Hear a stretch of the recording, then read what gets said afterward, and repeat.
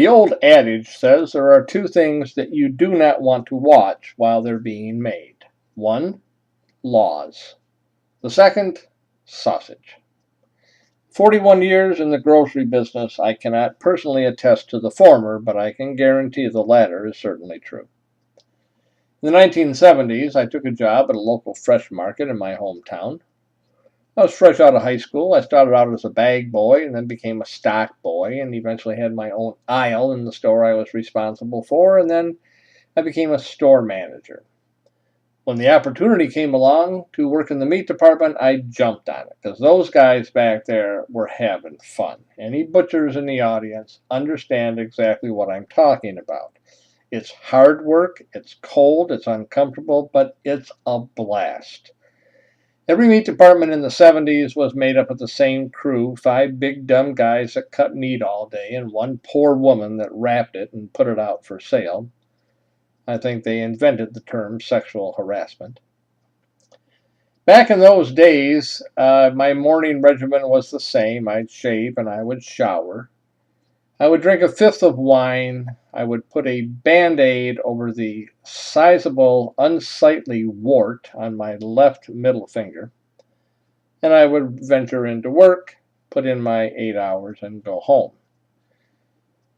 One of the jobs I had as the low man on the totem pole was once a month I had to take all the outdated and leaking hot dogs and ring bologna, pickle loaf, olive loaf, sliced bologna, and the such.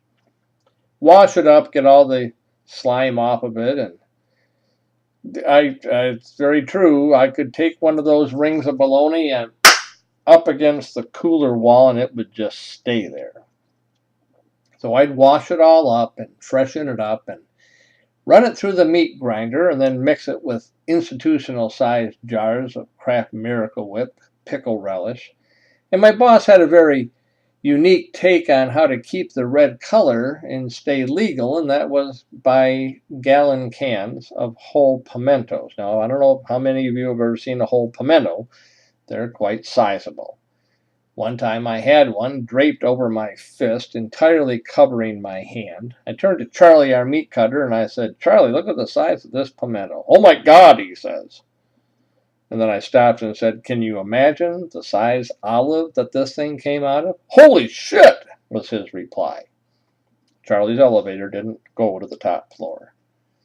So I would grind this all up and then pour in the Miracle Whip and the pickle relish and the diced up pimentos, and then it was time to roll up the sleeves and get mixing. And I would be pushing and pulling and turning, and it wasn't all the way to my elbows, but it was damn close. When I got those 3 tubs all mixed up, I called Cheryl, the girl, had her come over. She would hold up 2 deli cups, the kind they put potato salad in. I would grab a dollop of each in each hand and dump it into the container, and she'd set it down and put lids on it. She'd come up with 2 more containers, and I'd come up with 2 more dollops, and so it went until they were all done. I think that time we had about 200 cartons. We got all done. We got it all across the scale. Cheryl got it out in the case for sale, and I went back to the sink and sprayed down my arms and my hands and dried them off. Now it's time for break. I go in the break room. We're all drinking coffee and smoking cigarettes, and Phil, the meat manager, is sitting there, and he is mowing down on a huge sandwich made out of this spread that I just made. Bakery fresh bread. It just didn't get any better than that now, did it? I pull my Camel non-filter to my mouth to draw a long drag, and my boss, the owner of the store, Mike, walks in, and he looks at me and he says, "What, didn't you put a Band-Aid on today?" And I about died. And I said, "No, I'm sure I did." I look at my left hand, and clearly the Band-Aid is gone. Now, Phil is about mid-bite into his sandwich, and he pulls his sandwich down from his mouth, and he says, "You've got to be shitting me." I said, "I can't say for certain where it wound up. It's either in one of those cups or it went down the drain when I sprayed my hands." He goes, No, it's in one of those cups of sandwich bread. So we do the math. How much do we normally sell? How much do we normally throw out? It's about 30% loss we take on the product. So we're figuring there's probably 60 of those bowls out there that one of them's got a Band-Aid in it. We're just going to take our chances.